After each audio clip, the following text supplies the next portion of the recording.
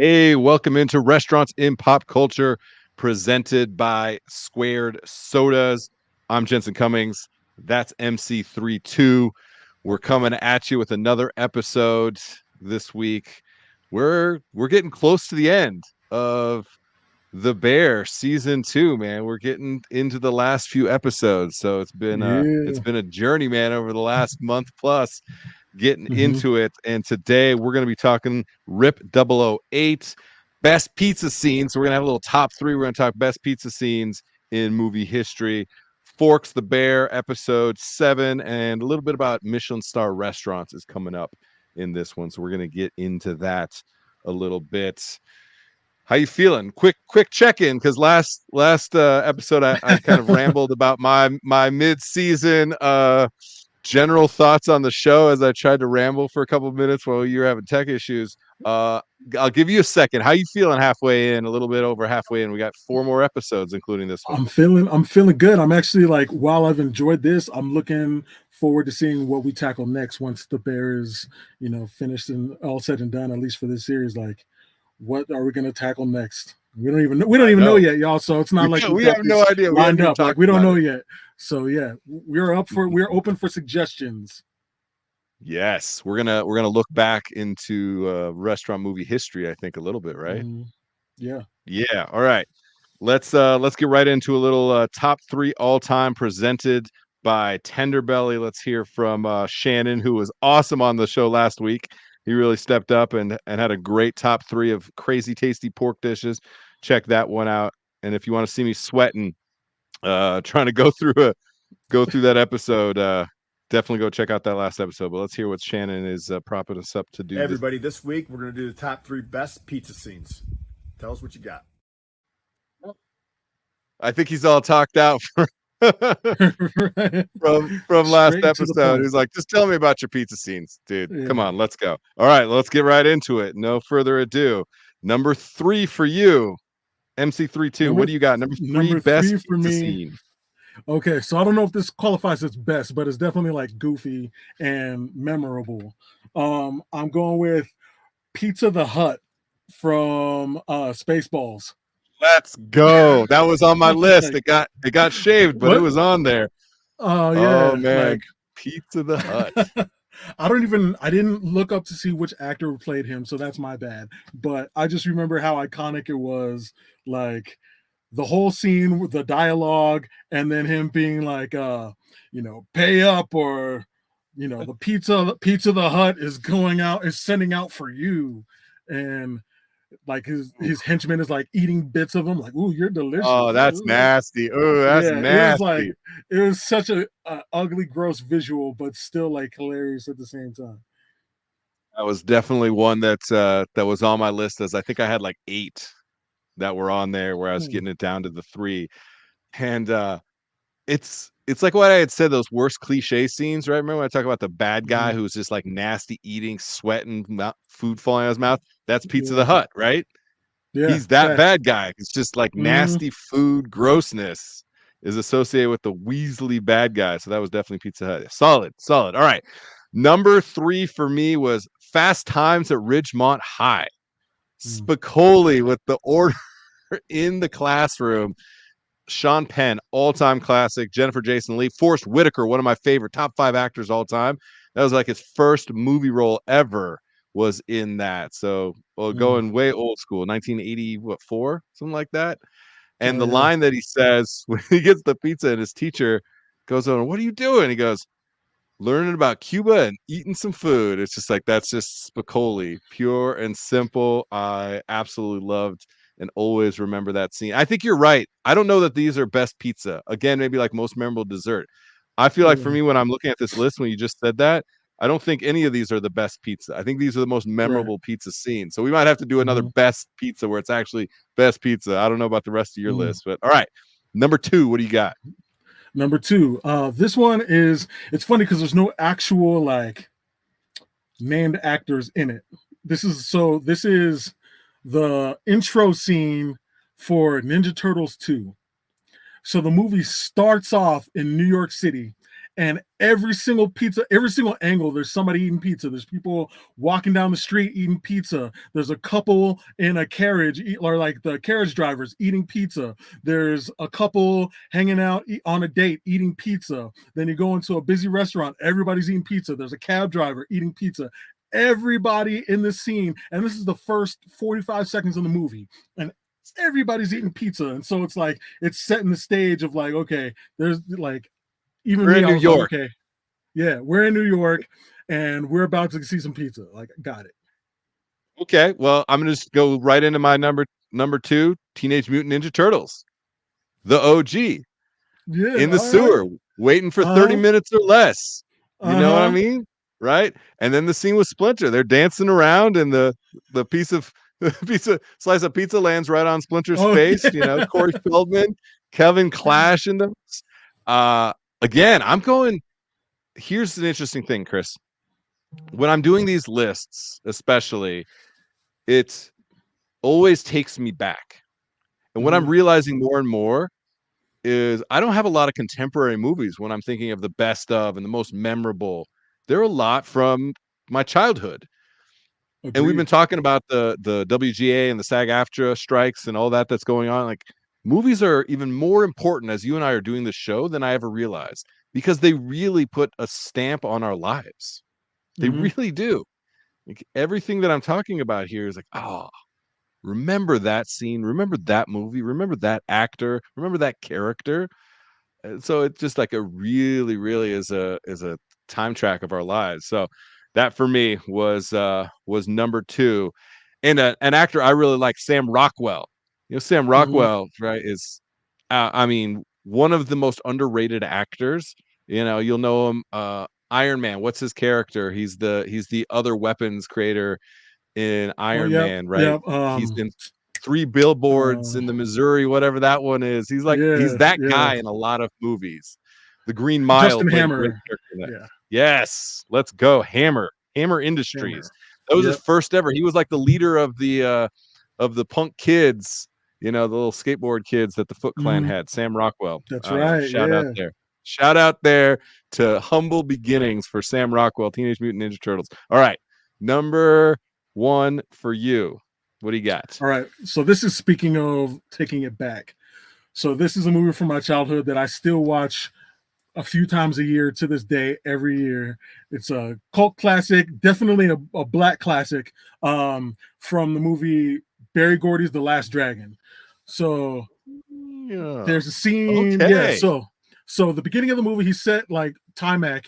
He plays, Bruce Leroy, and he's, being told by his previous master that he's got to go on a journey to find the true master so he can find the real master and get the glow. So he's like trying to find this master that his master has told him the master's name is Sum Yum Goy or whatever. And so he figures out where Sum Yum Goy is, or Sum Dum Goy. And so he goes, and there's these 3 Chinese dudes like dancing and listening to hip hop music and stuff outside. And he tries to go in to the factory and they won't let him in. And so he goes back and he figures out that he needs to come up with a disguise. So he comes up with a disguise because his dad owns a pizza shop. So he's got a pizza with bean sprouts on it. Right. And he's like Oh. trying to be the hip hop delivery man. And he's like, yo, man, what it look like practicing his hip hop voice. And then he walks up to them and they're like, yo, what's up, John, brother? Are you the Coolie from earlier? He's like, no, man, that's not me. I got this pizza with bean sprouts for the master. And they're like, pizza with bean sprouts? Are you sure the master ordered that? And then he's like, yeah, man, for sure. And so like so they let him in after they get him to teach. He teaches them how to play craps, but it's actually hopscotch because he doesn't know how to play craps, and then realizes that he's let the pizza get cold. Come to find out, Sum Dum Goy doesn't exist. It's a computer that just is made, it just makes the little quotes that go into fortune cookies. Fortune And so, cookies. yeah, but yeah, like the whole scene of him trying to like make, trying to have them do hopscotch instead of playing craps and make this pizza with bean sprouts and all this stuff. Like that was, yeah. Bruce Leroy. And that is a time capsule right there. That Yeah. movie. and so many movies of that era, right, where there was the black kung fu, and then you brought hip hop into it, right? That's what birthed Wu-Tang. You know what I mean? Like RZA was inspired by those movies, then went deeper in the bag when it came to the actual kung fu movies that were inspiring that subculture, and that spawned a whole culture. And it's interesting because the Chinese and Asian, Japanese, and Black culture mix, especially when it comes to hip hop and dance culture that was born out of that. There's a lot of similarities between the Asian and Black cultures in that way, and I think a lot of that was right there, was born with Bruce Leroy and a lot of that. And there's lots of subculture undertones, lots of racial undertones to that. It birthed whole movements. Yeah, that's fascinating. Oh man, that's good. That's one of those movies where I couldn't remember a single scene until you started saying it, and then when you're recounting it, I'm like, oh, I remember that. Oh, I remember that. Yes, like those are the things. Those are a moment captured in time that they're somewhere deep in there. They're somewhere deep in there. All right, I love it. Here we go. My number one. And I can't believe this. I'm a corporate stooge for this one because it is Wayne's World, the Pizza Hut commercial. Mike Myers, Dana Carvey, all-time legends. Saturday Night Live, Wayne's World, just really, really were that time and place again for me. And they were so good at doing that, those parody type commercial stuff. They did lots of those, right? It's like the Diet Pepsi commercial type stuff. Right. I try to do that with these squared sodas every time. I'm always like, label out. Got that from those guys, right? So they do the Pizza Hut, straight up Pizza Hut commercial. We've talked about, and I talk about a lot on other stuff about product placement, and talked about movies where Flamin' Hot, Cheetos, or Barbie are like really taking products, toys, food, snacks, these iconic and nostalgic things, and bringing them to the forefront where they're not just product placement, but they're part of the story, right? And so I think they were one of the first ones I remember, like giving you product placement and making fun of it and making it memorable to the point where it's my number one. Pizza Hut is my number one pizza in movie history. Again, most memorable, I think, is a better, more apt title for it. But they did it. Brilliant product placement there. That's my number one. Ooh, solid list there. Okay, everybody, let's hear from you all. What are the best pizza scenes? What are the most memorable pizza scenes in movie and television history for you? Let us know how we did with our own lists. And we're going throwback. I mean, what's the newest movie that we had on there? Wayne's World, 1994? Yeah, I think so. We're showing our age. We're elder millennials over here, man. We're showing our age. 80s and 90s got us on lock, man, for life, for sure. All right, we're gonna get in the bear. We've been bantering a lot. Chris and I have not agreed on the last, I think, 4 straight episodes. First couple, I think we were lukewarm and stuff, but we have been in our own realm. So let's get a little in the kitchen going. Let's get our creative juices flowing for a second here before we get into this. Speaking of hip hop subculture, I'm in the kitchen about to give y'all the best of me. Food for your soul, and I got the proper recipe. Don't ask me where I've been, cause I'm on a different mission. Play your own position while I'm talking with precision. You can't hear it? I'm in the kitchen about to give y'all the best of me. Food for your soul, and I got the I'm just bobbing my head for nothing. You're just hear it on my jamming. end? No, nope. Well, let's see if the people can hear it. I don't know. I'm just jamming my own music. I heard it on my end. 3-2 couldn't hear it. If you can hear it, we'll bob your head then and let us know. The robots are hating on your track here, man. What's up with that? I guess so. Okay. Well, I'm ready to go. I felt the music. I'm ready. I'm ready. All right. We are talking about the Bears episode called Forks. This is episode 7. This is Richie's breakout episode. Lots of spoilers to come. So here we go. Let's check out this little clip to get even more in the mood here. Okay. This shit is crazy. How do you do this all day? I need you to stand in that corner and get the fuck out of my way for 1 minute. 5, distillation, eyes on 4. 24, walking in 5. 2, tasting the moves on deck. Get them out fast, please. Thank Thank you. 12, walking out. Let's pick it up. Every second counts. 3, going to 21. Pick up 2 hamachi, please. 8, walking in 5. Triple check 5, please. White chocolate allergy. Every night you make somebody's day. You asked me how I can do this, and that's how I can do this. I think I see the pattern. I'm very happy to hear that. Thank you. 3, going to 21. 1 minute, table desserts, please. 19, go. 20, go. Hold 18. Hold 18, chef. Thank you. We have a birthday on 24. Pick up a cake, candle, and 2 balloons, please. Hill 31, 33, go. Pick up Wagyu, please. And 19 walking in 4. 305, hands, please. My hands, chef? Garrett's hands, please. Follow Garrett. Yes, chef. Corner.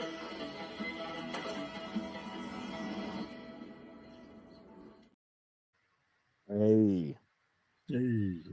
man. That, I mean, you know, my favorite spot in the whole restaurant was always that expo station. I loved the energy of it. I love being able to kind of speak front of house and back of house simultaneously, calling all days, being able to look somebody in the eyes and know that they got those 6 fish coming up, right? I think that's just really cool for me. So that scene definitely gave me some chills there. I thought was a powerful scene, but we got to give the overall ranking of the whole episode. And we always do that out of 10, and we'll give you that count in 3, 2, 1, 8.5. 9.1. Oh, 9.1 and 8.5. Yeah. So we both thought highly of this episode. Yes. This was a great episode. Great episode, Chris. Richie's breaking out. I mentioned that Richie started having a little more depth in the last episode, the Christmas episode. Now we're really seeing him come into his own. So 9.1, you went high. That was my score of last episode. Right. Tell us about the 9.1. 9.1 is because, like, this was that aha moment where I was like, Rich, like the moment that you see Richie find his purpose. Like, because, you know, some people you realize are so jaded just in general that they realize that they just hate shit to hate it. And sometimes they don't even know why they hate it, and they just grumble about everything, and they hate stuff, and they don't like things, and they don't even necessarily know why.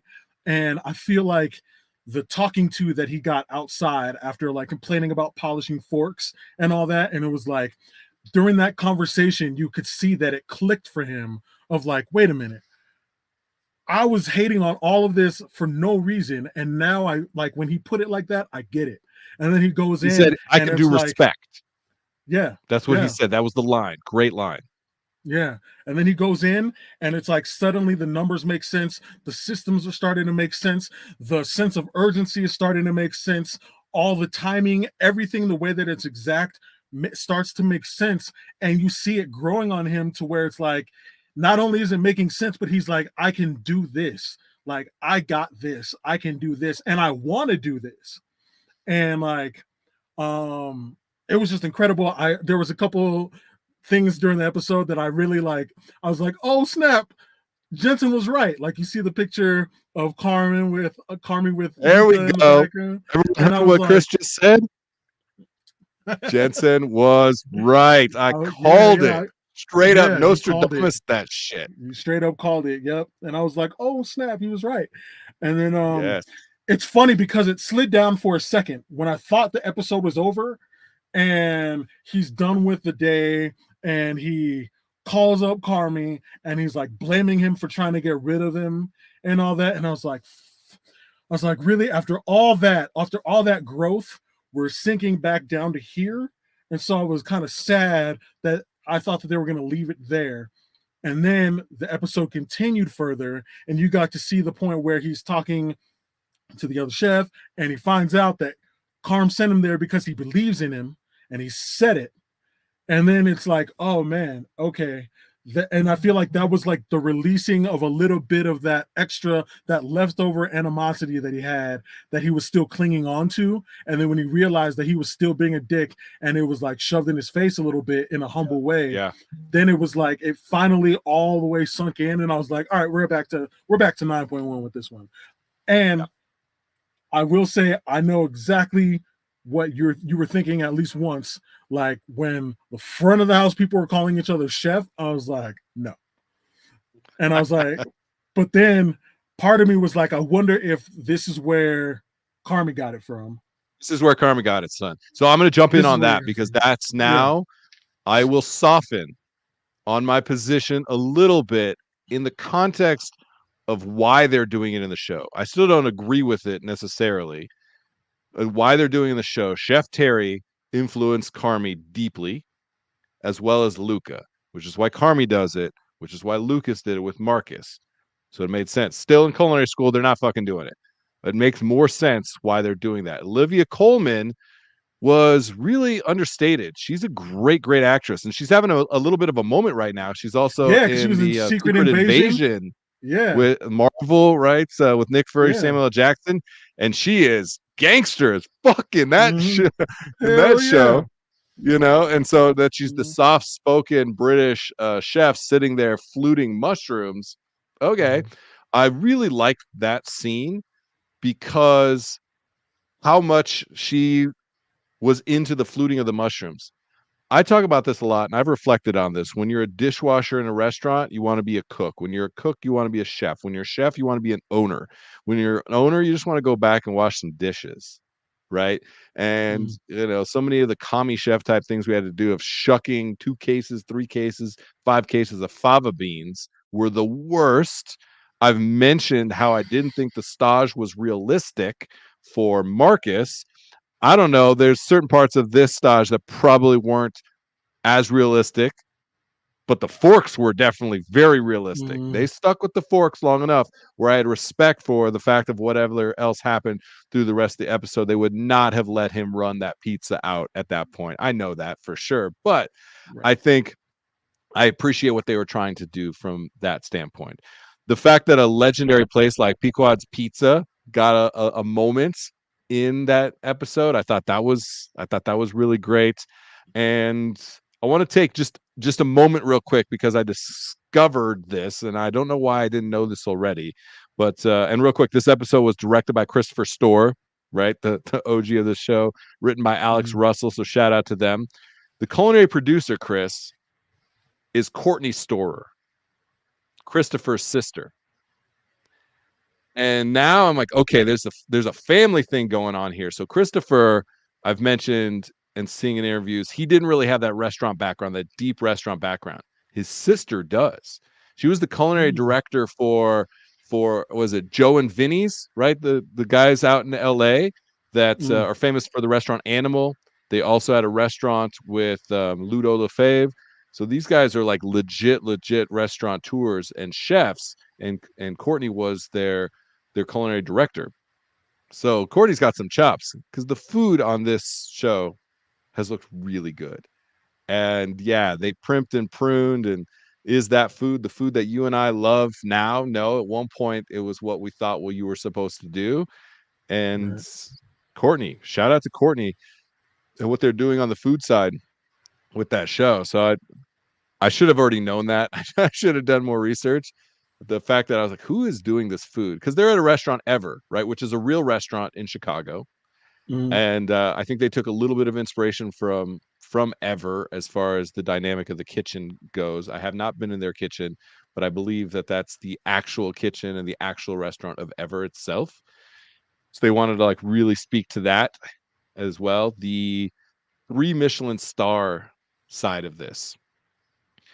I don't know if I love the fact that they were at a 3 Michelin star restaurant.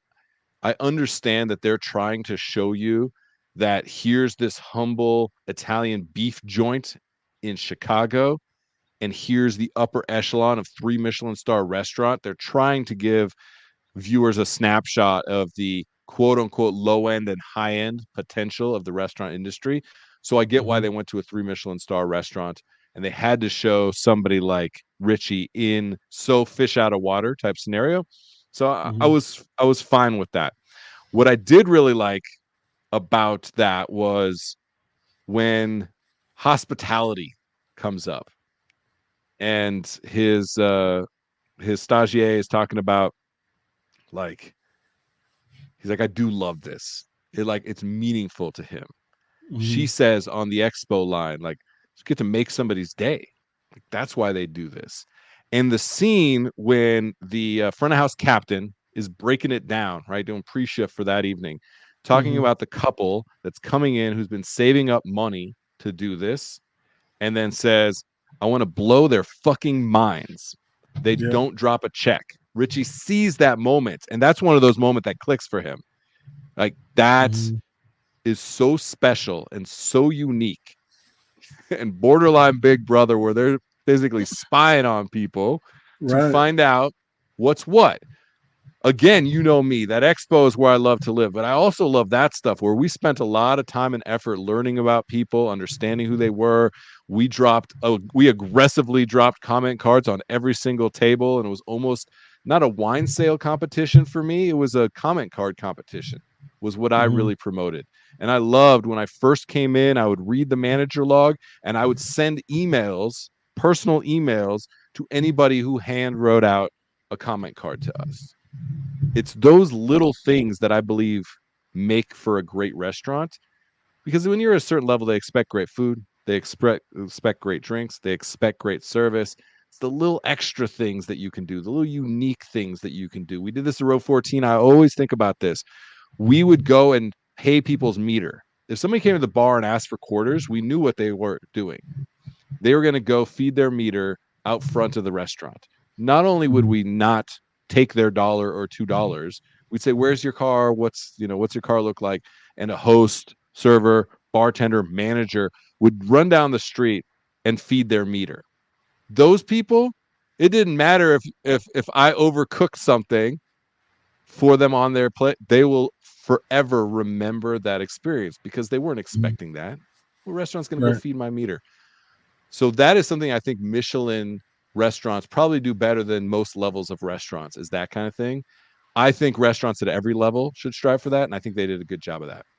Yeah, and I think that's something that's always overshadowed because it's always about the food in every other form of medium or of media. So every movie and every TV show that's centered or showcases a Michelin restaurant, it's always about the food and the service. The most you get about the service is the server knowing what's in the food, but you don't get all the small, minute details. And so for a lot of people, when they think about Michelin quality restaurants, all they think about is food. So they don't think about the service. And when they think about the cost versus, like it's kind of a running joke with people about the size of the portions, but versus the cost of the food, the meal and all that. But it's like, you don't think about those small details like that. Like the fact that the servers are listening to what you need, what you want.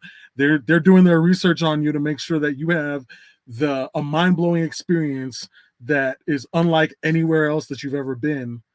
And that is something that you can't quantify all the time. Mm-hmm. Yes, very good listeners. You need to teach people to eavesdrop. Anytime we had chef's counters in my kitchens, I'd be like, listen, they'll tell you something that they won't tell you in their own conversation that we can use to give them a memorable experience. My brother Mitchell, Mitchell was one of the best ever at Tag Restaurant when he was at that counter, was so good at listening to people while he's pumping out, 150 sushi rolls or whatever station or miso cods. And somebody said, oh, wow, those pot stickers look really good. And he would just call back to the app station and say, fire up a 2-piece pot sticker. And those are just the little things. I read the comment cards the next day. Those people would fill out a comment card every single time. And it creates the opportunity for a long tail relationship. And I mean, Chris, I remember people like asking me to cook and cater their weddings. Like I remember a couple, Matt Middleton, they were from Texas. They came up, I think they were not even engaged, maybe, or barely engaged. Came to the restaurant, sat at the counter, had the most memorable experience ever, left a comment card. I followed up and emailed them back and forth for a while. And months later, he's trying to get me to fly down to Texas, to like Dallas, to cater their wedding. Didn't work out, but that's the opportunity that those kind of relationship building creates. So shout out to them for highlighting that, because maybe they needed a Michelin star restaurant, 3 Michelin star restaurant, to be able to go down that narrative. but it's a narrative that I think the best restaurants, even if they're the quote unquote lowly Italian beef restaurant in Chicago versus the 3 Michelin star restaurant, that's what they do better than anybody. In our humble opinions, it sounds like. All right, that's it. That was a great episode. I've been loving disagreeing with you, but that felt really good too, because that was a really, really solid episode. We're gaining speed, and right now the competition of who's going to be favorite best character of season 2, Richie just jumped way out in front on this one. So shout out to them for giving Ebon Moss-Bachrach a little bit of momentum going into the last episodes. All right, everybody, that is it. Restaurants in Pop Culture, presented by Squared Soda. I'm Jensen Cummings. That's MC32. We are coming back at you next week with another episode. We're getting down the last few episodes. We got a couple guest hosts coming up in the last few episodes of this. And yeah, let us know, what else do we need to be talking about in our top 3s of all time, in movie reviews, in TV reviews, in specific scenes, in cliches across movies, scenes from restaurants. What do we need to be getting into? Let us know how we can do better next week.